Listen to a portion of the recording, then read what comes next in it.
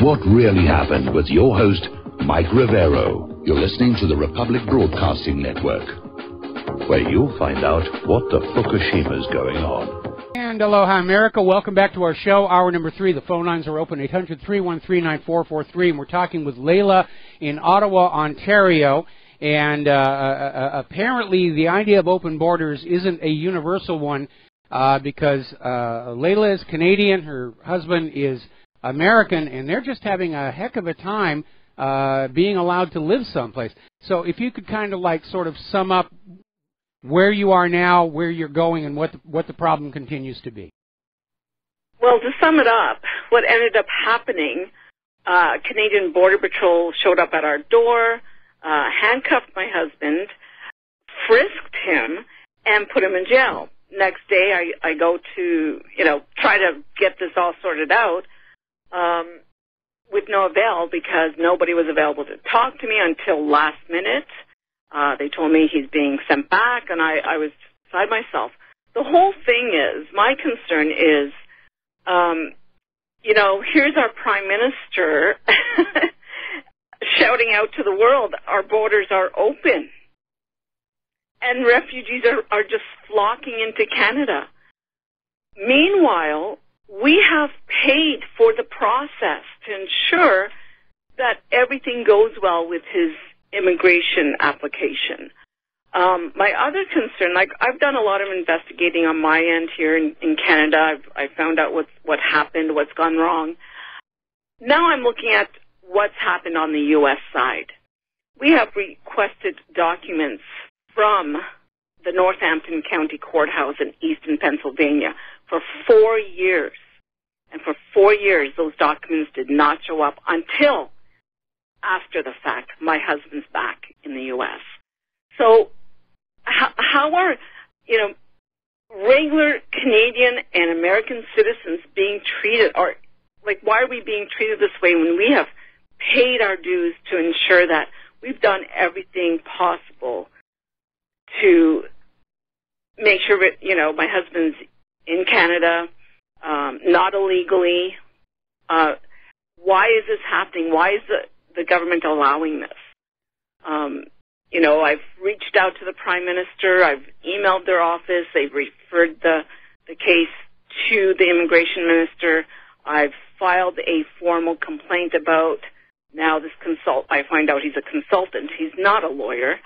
So he's under investigation. So where does it stop? Why is it that we are allowing, and, I understand people are living different lives in various other parts of the world, and they need to come to a safe zone. But what about our very own citizens? It does seem like there's a very obvious double standard there for Canada to say we have open borders and then have this problem with an American citizen coming on in just to be with his wife. And exactly. Your portrayal of the Canadian border crossing, and of course it's been a long, long time since I went to Canada, but many years ago when I was still in computer animation, I had occasion to go to Toronto a couple of times, and the experience was always the same. Going into Canada, it was, hi, how are you, have fun, blah, blah, blah, and then coming back into the United States of America, the U.S. Border Patrol was just horribly abusive. And now all of a sudden you're telling me that seems to be the case with the Canadian Border Patrol as well. But you're right. It's a double standard and it's hypocrisy. If you say you're having open borders for illegal immigrants and refugees and so forth, why is it such a complex issue for somebody from the United States to go to Canada? And maybe Canada has just decided that they're concerned about a flood of Americans coming north. We know the Canadians are already upset about many of the illegal immigrants and refugees who've crossed into the United States who are now trying to get into Canada. But obviously, if your husband is a U.S. citizen, that should not be a factor. But it just sounds like a bureaucracy where the left hand does not know what the right hand is doing. Oh, my goodness, Michael, you have no idea what I'm dealing with. I'm on the phone constantly. I am talking with Canadian Border Patrols. What can I do next? And each time I turn around, I'm being asked for more money. I don't understand. We've paid for all all this?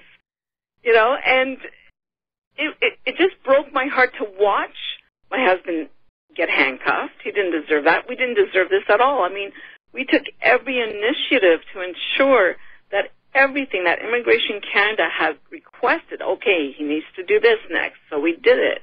We paid for it. And in the end, he's being handcuffed, frisked, well, remember that story and about put into our Canadian jail. Remember there was that story about a gentleman was here in the United States on a visa, was trying to get into Canada, couldn't get in, and he overstayed his visa by something like an hour, and they arrested him. So it really just seems to be another example of heavy-handed government bureaucracy.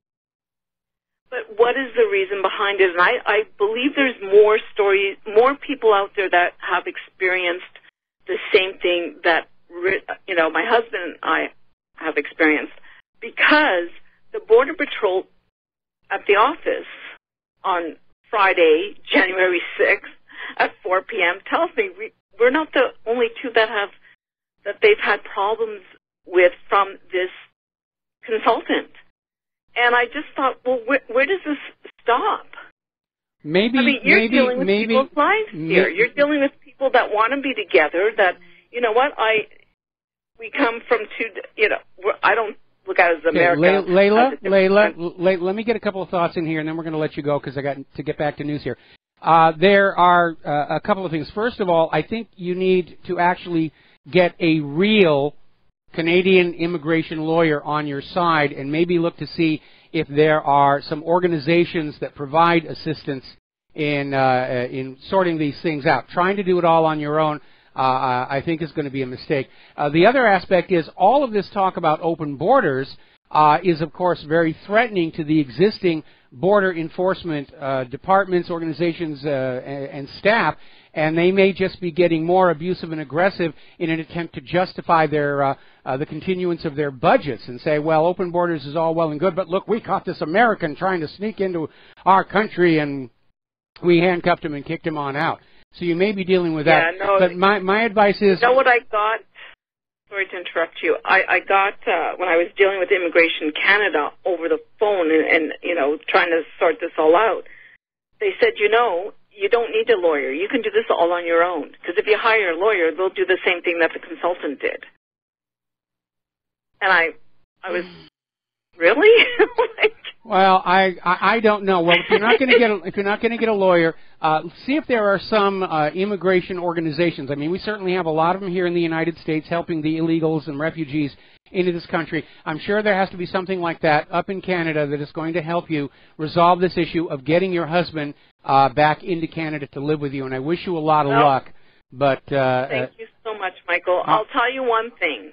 Through this whole ordeal, not one person has told me that I could appeal this whole thing. So I've, taken the steps to appeal, even to go as far as federal court if I need to. Okay, but well, this is wrong. Well, it's wrong, and it's wrong that Canadians and American-born citizens. Kayla, I understand it. I understand it's wrong. If you're going to go to federal court, you need to get a lawyer. You need to get an immigration lawyer who is, allowed to appear before the bar. And right. I disagree with this idea that you can do it all yourself because obviously you have not had a tremendous amount of luck. Anyway, Layla, got to let you go. Thank you, Michael. Good luck. I wish you good luck. Boy, there's no greater curse on humanity than bureaucracy. Okay, we're going to do a shout-out now to our on-air affiliates who are just now rejoining our network. And there's a story that is out now, and again, it's part of this effort to demonize North Korea, and they're making a big deal over the fact that a United Nations agency in Geneva has been helping North Korea prepare an international patent application for production of sodium cyanide.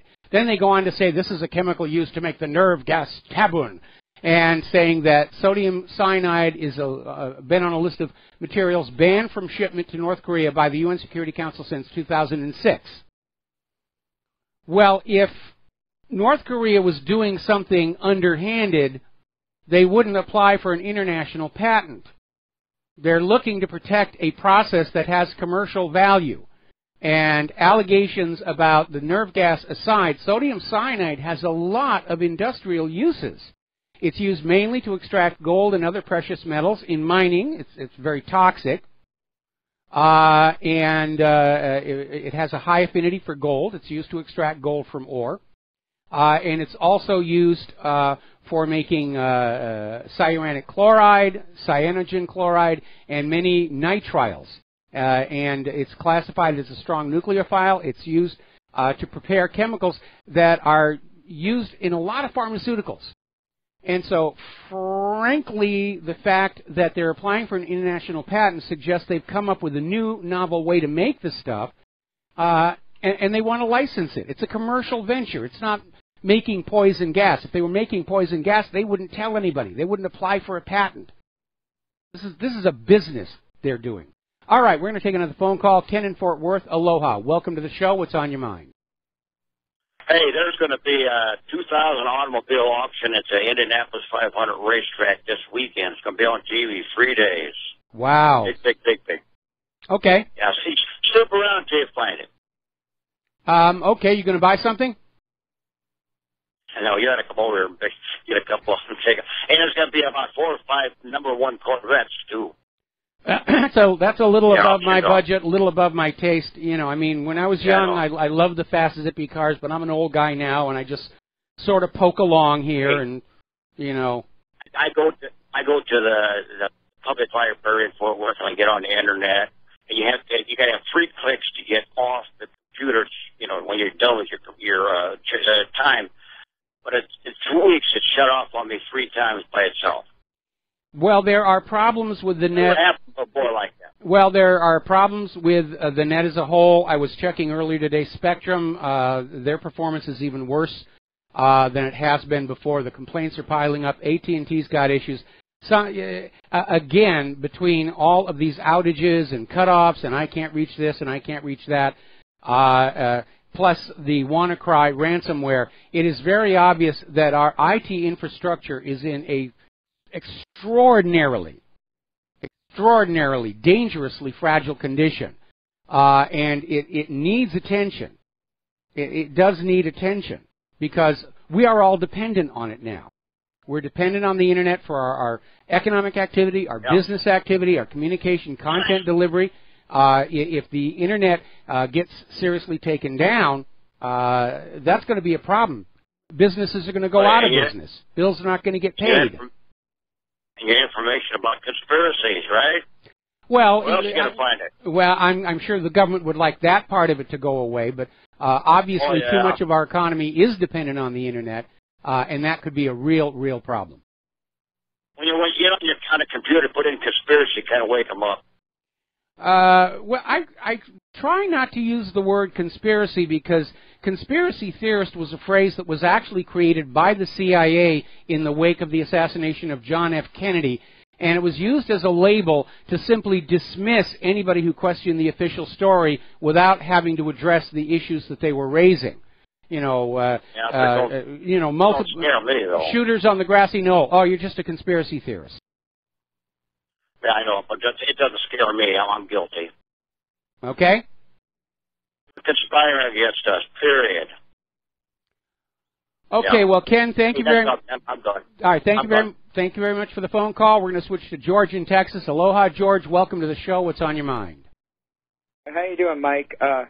You know, the thing is, I'm sort of like starting to see it in some of the libertarian groups around here, and I'm even starting to see it on Facebook. It's like the argument because a few couples had a newborn baby, and one of the spouses is objecting to circumcision when it's a male child, and some it's a biblical thing. Some say it's a health issue, but they're starting to say, well, it's barbaric. It's against the male child's wishes and all that stuff. And you know, and the thing is, they're saying all the complications that babies die from circumcision complication. I'm like, well, I said more people die from more babies die from prescription drugs and vaccines and complications of circumcision. Well, it is a complex issue, and unfortunately, it is primarily rooted in religion. The idea that it is somehow advantageous to the child's health, that idea has pretty much gone away at this point. So it is primarily the religious argument.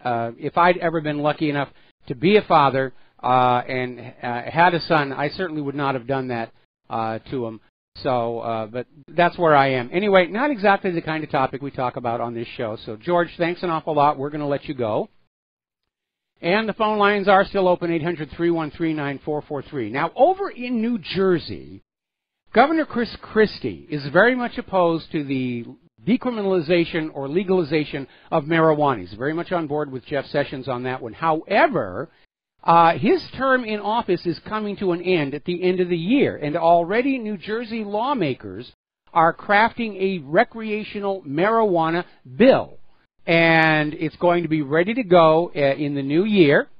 And under the bill, adults 21 and over would be allowed to possess up to 1 ounce of marijuana or 16 ounces of cannabis-infused products, including edibles. And, of course, it will be taxed, beginning at 7% and rising to 25% over the course of 5 years. And they're saying, no, it will not pass this year. Chris Christie will not sign it. But they're expecting more support after Christie leaves office next January. So I think New Jersey just told Jeff Sessions to go jump in a lake on that issue. Now, let's talk about human-caused global warming. I just got an update. Over in Washington State, they're under a winter storm warning. This is May 16th. And snowflakes, large snowflakes are coming down over Snoqualmie Pass, which is a place that Claire and I loved to hang out in when we were living in the Cascade Mountains. And apparently Mount Washington has broken their snow record with nearly 3 feet of snow. And so that's coming on in. Human-caused global warming. It was a hoax. It was yet another in a long series of lies to trick you out of your money, out of your obedience. Time to stop going with the liars. Time to stop believing as you are told to believe, because that is what imprisons you. That's what enslaves you. No chain of iron or steel ever held a human being tighter than the chains of the beliefs that we are indoctrinated with when we are young. And you need to break free. Story out of Natural News, and this is a good statistic to keep in mind. As you know, the gun grabbers are out there. Oh, all these people who are being killed by guns. The children, think of the children. And apparently in 2012, according to the National Database of Inpatient Stays for Children, there were more than 5,000 children under the age of 17 treated for firearms injuries in 2012. Now, most of these were inadvertent accidents. Gun owners weren't locking up their guns, or the children had not been trained in gun safety. According to VAERS data, last year there were 45,742 reported adverse events requiring hospitalization following a vaccination. So more children are being harmed by vaccines than by gunshots. But guns are bad and vaccines are good, because vaccines make money. And making money is good in the United States of America. And things that don't make money, well, they're really, really bad. And you have the editorial at the Boston Globe saying anybody opposed to vaccines ought to be hanged. And that's triggered a bit of a problem as well. There's going to be a protest over that. And it almost makes it look like the vaccine industry has turned into a terrorist outfit. You will buy and use our medication or we will do bad. We'll hang you from the lamppost for daring to be a vaccine heretic. Seems to be the mentality out there. And again, it's a $30 billion a year business using much of that money to perpetuate itself, to make itself mandatory. Remember what I said about Thomas Jefferson? If the government tells you what medicines you must take, you are living under tyranny. We'll be right back with a phone call after these few words. And aloha, America. Welcome back to our show here. And boy, the people who are pounding on my server, they are really trying to keep anybody from reading that article on the Clinton body count. So they must really, really be scared about that. All right, we're going to take a phone call. James in Tokyo. Ohagazaimasu. O genki desu ka? What's on your mind today? Genki des, Mike. Hope you're well. Yes. So I had a lot of experience going through the Canadian and American borders. I used to go to McGill University in Montreal, and I grew up in New York, so I would drive to that border like so many times. And when I went to the Canadian border the first time in a big station wagon with a lot of boxes, they put me in a room, and a guy says, "My name's Claude. You have any weapons?" I said, "Yeah, I have some nunchucks." He's like, "You're an ass kicker or you're a martial artist?" I said, "I like training martial arts." And what style? And I told him the style, and he goes, "Oh yeah, I train martial arts too. So I'm not going to go through. You don't have to take it out or give it to me, and you're okay. And next time you come through, ask for me. I like to see how you like your experience in university, and if you learn any French."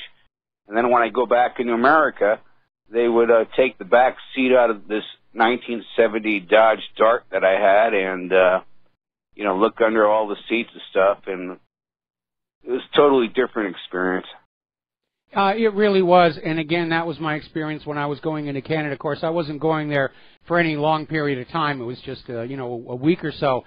Going into Canada, very polite, very, very, very nice. Coming back into the United States, my own country, and I was being treated on the assumption I was some kind of a criminal.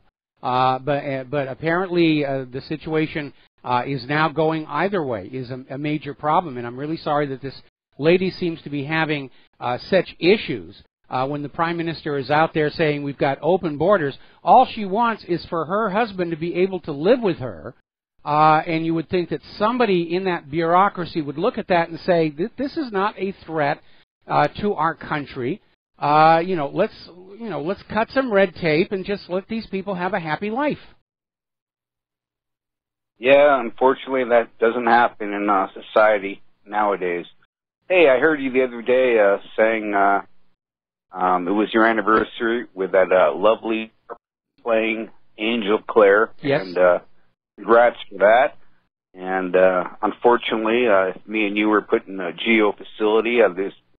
I expect nothing to happen with us, but I wish you congratulations on that. Well, thank you very much. And, Claire is the best thing in my life. And, that's all that really needs to be said about that. Okay, James, thanks an awful lot. We're going to let you go. Can I talk about Bitcoin a sec? Yeah, sure.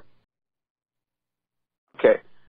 With the recent hacking job, a lot of the ransom, they asked for it to be paid in Bitcoin. And I think that this is some kind of government operation. I think that they're asking for all the ransom in Bitcoin. I think it's something against Bitcoin to prevent it from keep operating. What's your thoughts on that? Well, there's absolutely no question that the Federal Reserve hates any alternative medium of exchange than the Federal Reserve note. They shut down the Liberty Dollar, and unless they can find some way to co-opt it to their own benefit, the Federal Reserve does not want there to be any other medium of exchange out there. And indeed, they're pushing for this cashless society. They literally want control of all the nation's wealth in their banks. And that's yet another form of tyranny that we are having to deal with right now. I think it's something to follow and keep an eye on, because that's what I think it's all about. And that's all I have to say. Okay, well, good day, Michael. All right, thanks an awful lot. And again, none of these things are done for just one purpose. This WannaCry ransomware, certainly it's going to stimulate sales of computer security software. They're blaming it on North Korea to try and push the war agenda. Yes, this is making Bitcoin look like a currency of criminals, which unfortunately is often the case here. The Federal Reserve really wants us to be dependent on their Federal Reserve note. And there is no law that says we have to be. We can agree on any medium of exchange we care to use. And that's what the Federal Reserve fears. All right, we're going to take a break for commercials. We'll be right back. And aloha, America. Welcome back to the show where the corporate media is really trying to pile on Donald Trump.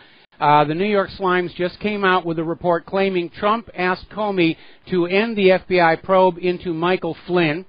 The White House is, of course, denying this, but the story's just been picked up and carried everywhere, unlike the story about Seth Rich, which is barely getting acknowledgement there at all. There are rumors that Sean Spicer is indeed going to be let go from the White House staff. You probably noticed over the last few days more and more of the press briefings have been handled by the Deputy Press Secretary, Sarah Huckabee Sanders. And apparently Fox News host Kimberly Guilfoyle is openly gunning for the job. She wants to be the new press secretary, so that's something happening there.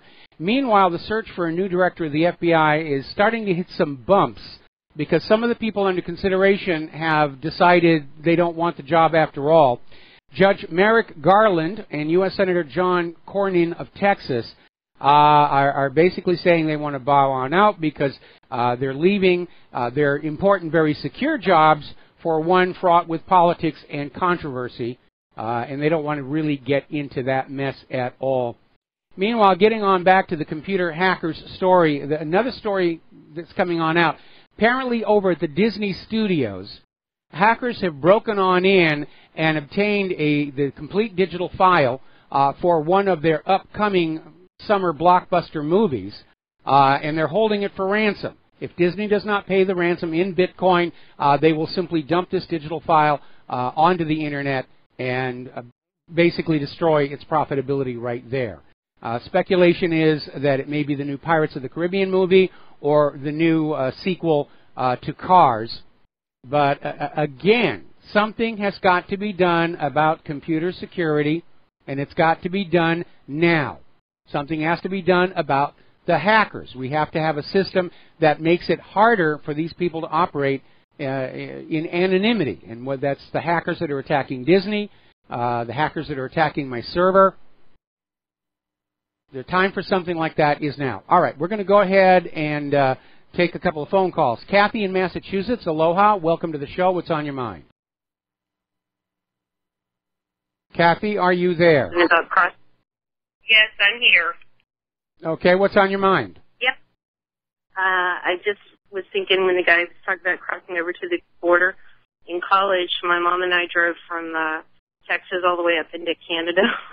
When we got to Vancouver, I don't remember her prepping me not to, divulge that we had my dad's pistol in the trunk. So we got to the border, and the Canadian Mountie, he's asking my mom all these questions, and do you have any firearms? And she said no. And I just naturally, because I'm a truth teller, I'm just an honest person, I said, oh, well, don't forget, Mom, we have dad's pistol in the trunk. That was smart of you to do. That was smart of you to do. No, I'm not dumb. I'm honest. Okay. No, I'm not dumb. I'm honest. And I didn't know, I don't lie. I'm not a liar. So, I did it very genuinely, very innocently. I was very young. I was probably 22 at the oldest. Okay, well, what happened? Honestly, we were treated with dignity and respect. Okay, well, that's good. By the Mountie. And again, when my mom was not too happy, and we had to turn around and go to the other side of the border and lock it up, and they basically they have stalls you can buy locks, rent a locker to put your firearms in before you drive across the border. No, I'm just honest. I've always been a truth teller, and it was just a very genuine, honest mistake. And she didn't prep me to lie, and I probably wouldn't have been comfortable with that anyhow.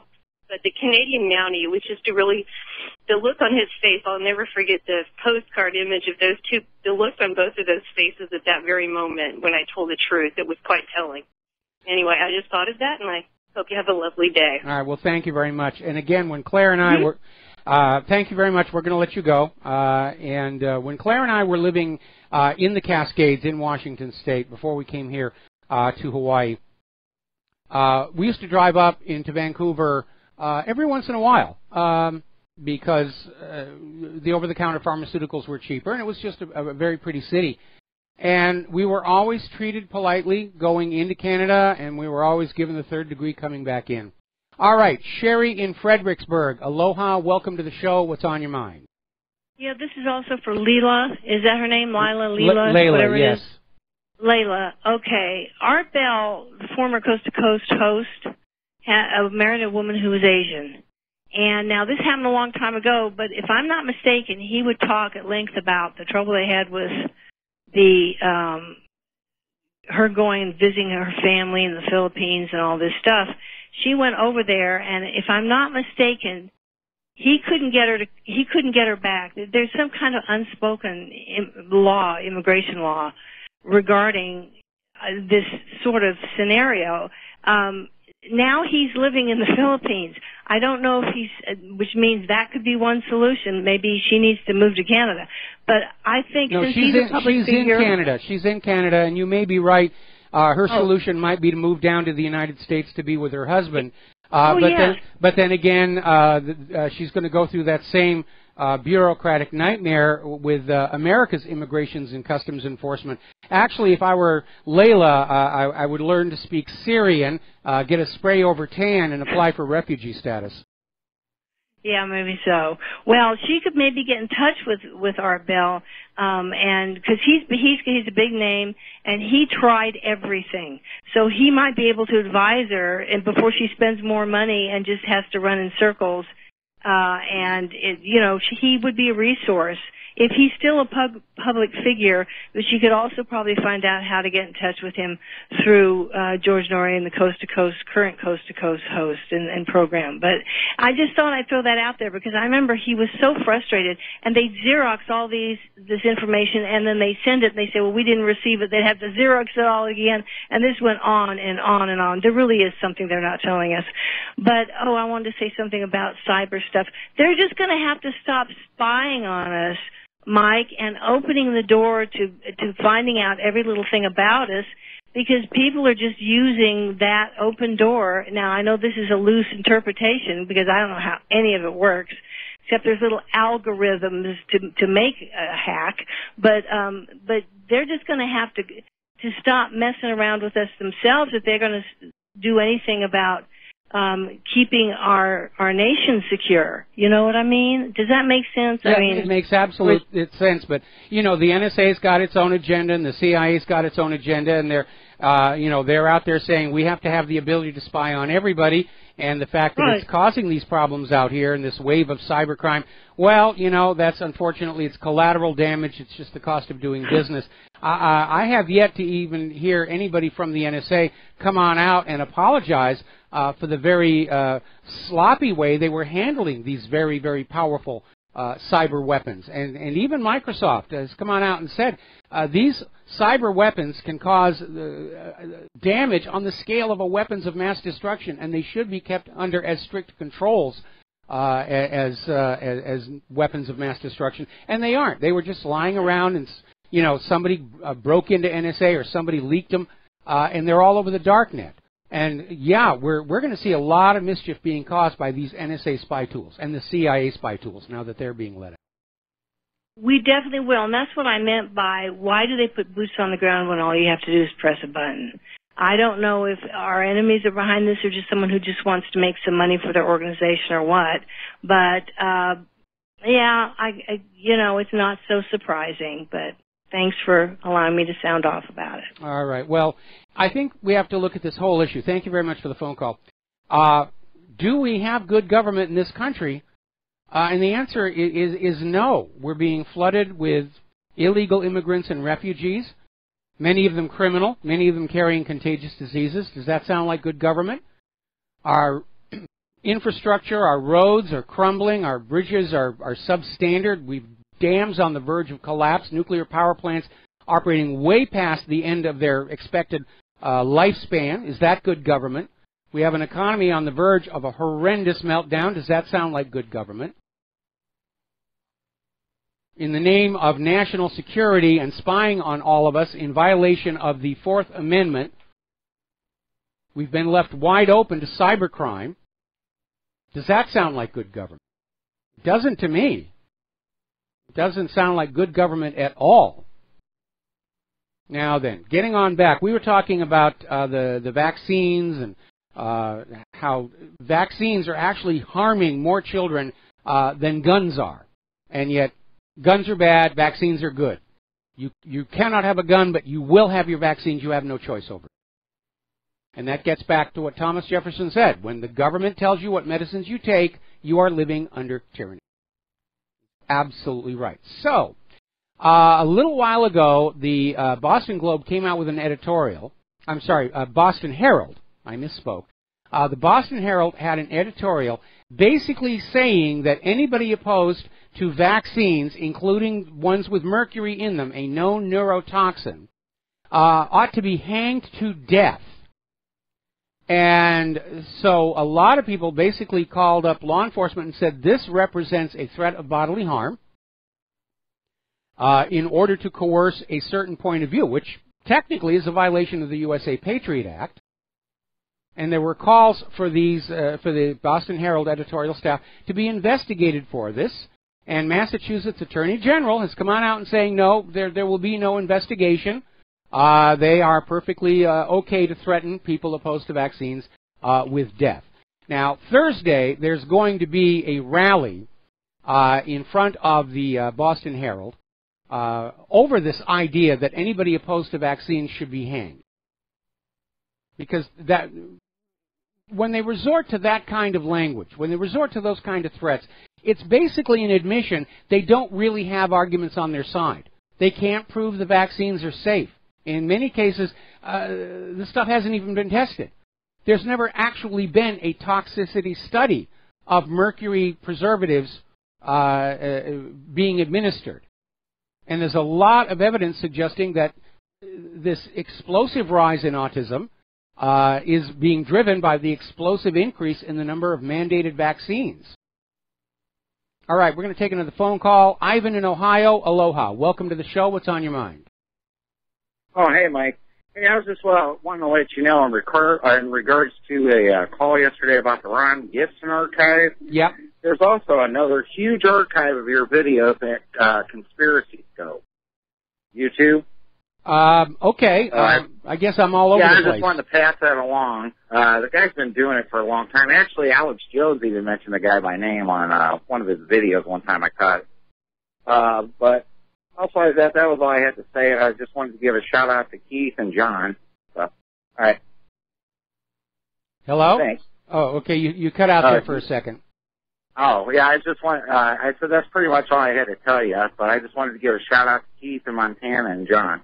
So, all right? All right. Well, thank you very much for the phone call. We're going to let you go. Now, this story actually did make the corporate media, and it's a cautionary tale. Apparently, there was...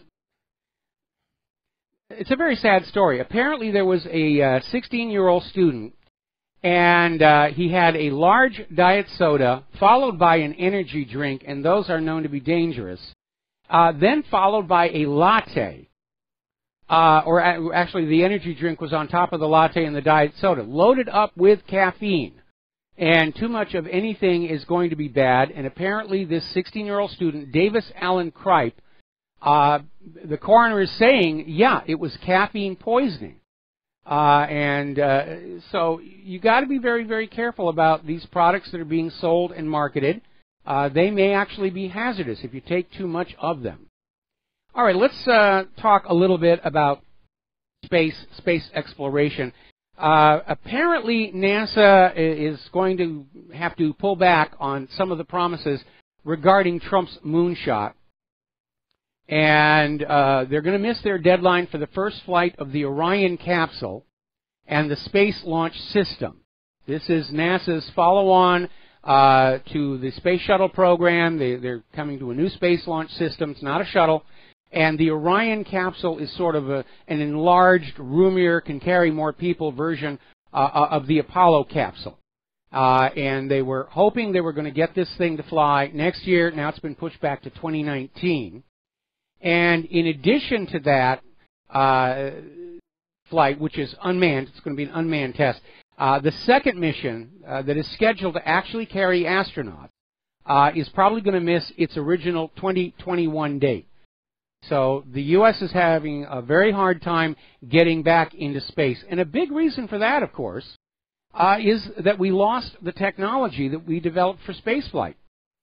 It's not sitting there in a building just waiting for the lights to be turned on. When a program gets canceled, whether it's the Saturn V or the Space Shuttle, the jigs are scrapped. The plans are filed away. But over time, available methods change. You can't get the same materials you got before. You have to research new materials. and probably building a new Saturn V or a new space shuttle with the most recent technology would be a better way to go. But again, the infrastructure within NASA to do this has been allowed to go away. A lot of those NASA scientists who programmed computers for the missions to the outer planets and the missions to the moon and everything actually got hired by Wall Street to start writing those algorithms for the high-frequency trading. And they're being very well paid. They're not going to come on back. So it's going to be very, very slow for NASA to get back into space, and I'm rather sorry to see it. Because I remember the golden age of NASA, sending spacecraft all over the place. It was wonderful. Now then, talking about respective educational systems. CalMSat is the world's smallest satellite. It was built by an Indian teenager, Rifat Shahrukh. He's a 12th grade student from Tamil Nadu's Palapati town, and it will be launched into space by NASA next month. 12th grade student built a satellite, weighs just 1/10 of a kilogram, and it's going into space. That's got to be an incredible thrill.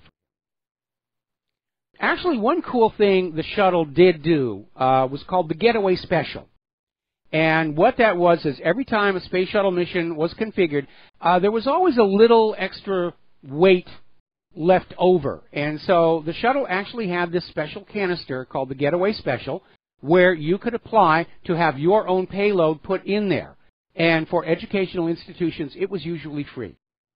And a lot of American school kids got their projects to fly into space on the Getaway Special. That's what made it exciting. That's what made it real. We'll be right back after these few words. And aloha, America. Welcome back to the show here. And the media is just going wild over this latest story that President Trump asked Comey to end the FBI investigation into Michael Flynn, which qualifies as obstruction of justice, which qualifies as an impeachable offense. The White House is saying, no, it didn't happen. We don't know where they're getting this information. And former FBI Director Comey, he could be doing this as part of his revenge against Donald Trump. But it almost feels like there is now a full court press to get rid of Donald Trump any way they can, because he's an impediment to the New World Order and the oligarchs. So this feels like it's going to get really, really ugly. Meanwhile, Pope Francis has acknowledged that there is a 2,000 case backlog in sex abuse cases involving the Catholic clergy, and there may even be more than that. The Catholic Church's history has been to ignore the problem, make it go away, pretend it's not a problem. But it is, and it has been historically. And not exactly the image of an entity that supposedly is the earthly representation of supreme moral authority. I like this one. This is over in Africa. Apparently there was a pastor who wanted to replicate the biblical story of Jesus Christ walking on water. This was over in Zimbabwe. And the pastor is Jonathan Methathwa of the Saint of Last Days Church. And he walked into the river and was promptly eaten by 3 crocodiles. And one of the members of the church was quoted as saying, "The pastor taught us about faith on Sunday last week." Boy, that's a little bit out there. I'm sorry. That's just a little bit out there. And here's the kicker. The river is known as Crocodile River. It's not like it was a big surprise there were crocodiles in there. All right, well, we're almost to the end of the show here, and we're just seeing that this obvious media campaign, smear Trump, smear Trump, smear Trump, and it does look like we're coming up on a coup d'etat to get him out of the White House any way possible. Emphasis on any way. And it really does look more and more like the months preceding the collapse of the former Soviet Union, where the political infighting was so great, the government was paralyzed. and unable to function. They had lost the confidence and trust of the Soviet citizenry, especially after Chernobyl, and it just reached a point where it couldn't operate anymore and it fell apart. And that, I think, would be the best possible outcome for the situation we are all in, because it avoids civil war, which is bloody. It avoids revolution, which is bloody. It avoids World War III, which we're going to lose. This may be it. All right, there's the music. Time for me to get out of here and get some things done with the rest of the day. I'll be back here tomorrow on the Republic Broadcasting Network. I need you all to do me a favor. Contact the conservative talk radio stations in your area. Point them at republicbroadcasting.org. Ask them to please start carrying our program. And thank you very much for all that you're doing to help us grow the RBN network. We'll be back tomorrow. Aloha, America.